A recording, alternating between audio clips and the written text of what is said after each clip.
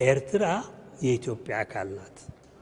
ኢትዮጵያ ኤርትራን ኮሎናይዝ አድርጋ አታውቅም። ኮሎናይዝ ያደረገቻት ጣሊያን ናት። የኢትዮጵያማ አካል ስለሆነች ኢትዮጵያ እንድትመለስ ነበር የምትታገለው። ኢትዮጵያ የሚባለው አካል በርከት ያሉ ኤሪትሪያኖችንም የሚያቅፍ ህዝብ ነው። ህዝብ አንዱን ክፍሉን አንዱ ሌላው ወገን ኮሎናይዝ አያደርገውም። ለምሳሌ እንውሰድ፣ ቢሌኖች የአገው ህዝብ ቅርንጫፍ ናቸው፣ ግን ኤርትራ ውስጥ ነው ያሉት።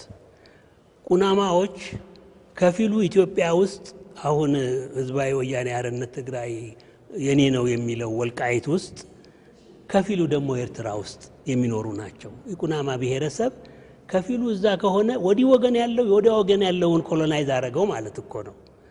ከዛ ዝቅ ስንል ደግሞ ትግርኛ ተናጋሪው ጋር እንደርሳለን። ትግርኛ ተናጋሪው ወዲያ ከተከዜ ማዶ የኖረውና ከተገዞ ማዶ ወዲህ የኖረው ታሪካዊ አንድነት የነበረው ህዝብ ነው። ከመቀሌ እየሄዱ ናቸው አስመራን የቆረቆሩትና ገዢ የነበሩ ሰዎች በሙሉ በታሪክ እና አንዱ ክፍል ሌላውን ክፍል የአንድ ህዝብ አካል የሆነውን ኮሎናይዝ አያደርግም።